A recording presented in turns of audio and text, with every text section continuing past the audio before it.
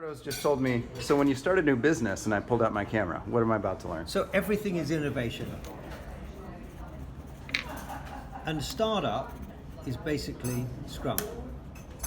Everybody does everything, and everybody's trying to figure things out as they go along. You're trying to get a minimum viable product out as quickly as you can because you need income, and so this is how your company starts.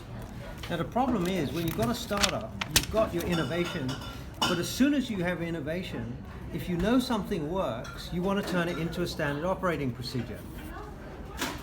So what happens is, and in our restaurant, when we were super busy in 1995, we were so busy we had 100 people a night we were turning away.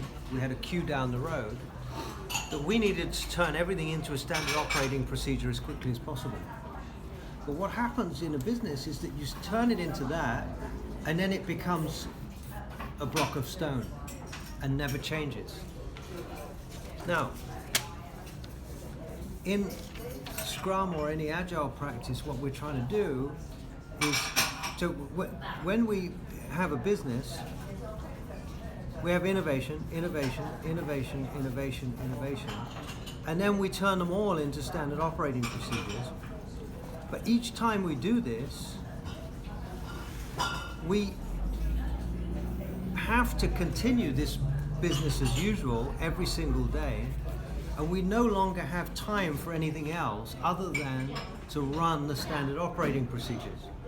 And there comes a point in every business, and I think this is what happened to us after about 10 to 11 years, where you stop growing because everybody is at maximum capacity. It's what we were saying before, where everybody has a ball in or maybe two balls in each hand, and luckily, hopefully, a few of them bounce, and there are not too many glass balls that they fall on the ground, but things are dropping all the time. So when you try to implement Scrum or anything, or Agile practices or anything new into, especially like a restaurant, the resistance we get is the team members saying, but I don't have time. I don't have time for anything. I don't even have enough time to do the work that I've got. If somebody goes on holiday, and in England you get 12.07% of the payroll of team members are on holiday at any one time. So we've got just over 30 people, so we've always got 3.6 people on holiday.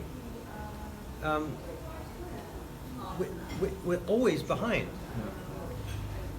Now, when you've created these standard operating procedures, the problem is they go dark. Nobody really knows what's in them apart from the people that are doing them, and normally they're quite complex, and you hand them to one person, it becomes one person's responsibility, and nobody else knows what that person does. So when that person's not there, it doesn't get done. And when that person is there, you don't know what they're doing half the time. So when we did an audit on every single team member, we discovered that at least 30% of our admin was actually not needed anymore. People were running reports and keeping things in the business.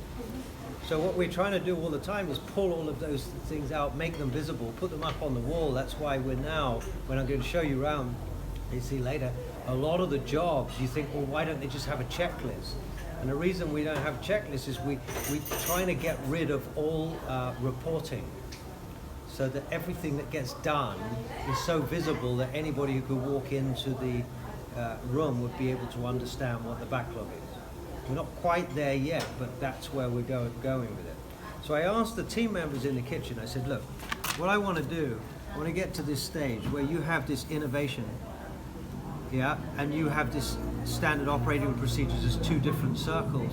We want to try to put them together so there's this kind of sweet spot in between, and where you're constantly staying. You don't want to innovate too much, because every time you innovate too much, you change the product so dramatically, it's very difficult to cope with.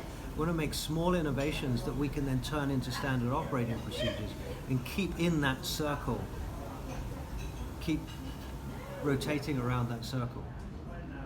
And so the teams they got it, but they said, we just don't have time. So I did a deal with the chef, and I said, okay, give me the first 30 minutes of every day, give me the first 30 minutes of every evening, and in fact there were 3, it was normally in the afternoon. We're trying to carve out that.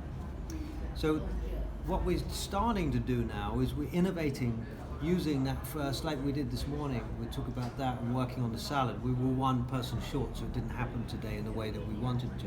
But it did yesterday. But it did yesterday. Yeah. So we used the first 30 minutes, and that they say, yeah, we can cope with that. But what's interesting is that they then have to get better at their BAU because they've got to catch up for that 90 minutes that they've lost in a day. And if you leverage that 30 minutes 3 times a day with my whole kitchen team, it comes out to 28.5 hours a week of innovation time that we've managed to just pull out. So that's what we're experimenting with now. And Davide was saying something that Jim Copeland said, that Scrum, when it first started, he said, he just gave me the quote, he said, is a methodology to make continuous experiments and learn to improve. And it's just kind of like that thing, it's not necessarily doing anything other than putting the structure in place so that we can constantly improve what we do, rather than just become a dinosaur and die out because we're totally overwhelmed with our business as usual. As again, maybe 30% of which is redundant.